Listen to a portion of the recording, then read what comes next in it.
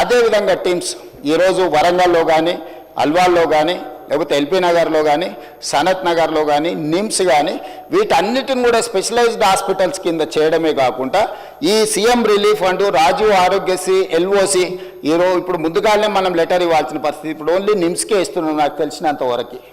So ముందస్తుగా ఎవరికైనా ఇబ్బంది వచ్చినప్పుడు వైద్య సహాయం అందించాలి అంటే నిమ్స్కి తప్ప మనం ఎల్ఓసి ఇస్తలేం. ఎందుకంటే ప్రైవేట్ హాస్పిటల్స్కి ఇస్తే మిస్యూజ్ అవుతుందని రకరకాల ఆరోపణలు ఇవన్నీ కొన్ని సమస్యలు ఉన్నాయి.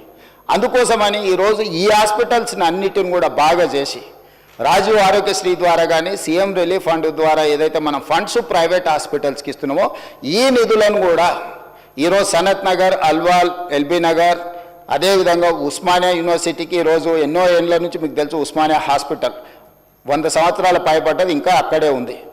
దాన్ని ఇతర ప్రాంతాలలో నిర్మించాలంటే రకరకాల వివాదాలు జరిగినాయి. ఉన్న హెరిటేజ్ బిల్డింగ్ను కూడా గత ప్రభుత్వం కూలగొట్టాలనుకొని రకరకాల చర్చలు జరిగినాయి. నేను వివాదాల జోలికి వెళ్ళదలుచుకోలేదు. ఈరోజు గోషమహల్లో 30 ఎకరాలలో 3,000 కోట్ల రూపాయలతో ఉస్మానియా నూతన భవనాన్ని ఈరోజు 2,000 పడకలతో మనం నిర్మించుకునే పనులు మొదలుపెట్టిన పనులు వేగంగా జరుగుతూ ఉన్నాయి.